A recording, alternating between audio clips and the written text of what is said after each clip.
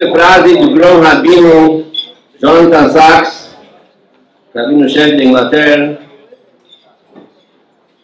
que ele tinha encontros com o Rebbe Lubavitch, e depois, no discurso dele falando sobre o Rebbe, ele falou o seguinte: o Rebbe não criou somente Hassidim, o Rebbe criou líderes judaicos. Os últimos presidentes declararam, de graças a Deus, todos eles continuaram a dedicar sua vida a entidades judaicas. Nós aqui, o Heli Rosenberg, que hoje é vice-presidente da federação, Alberto Moscovitch, presidente do Fundo Comunitário, agora Nelson Kupchik, que assumiu a presidência de Hillel.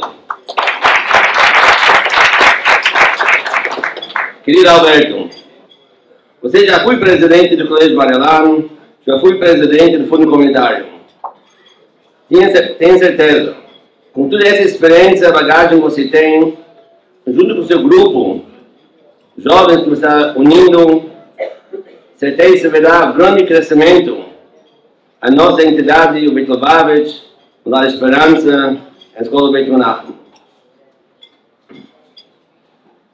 Nesse momento, convido você, Alberto, para algumas palavras.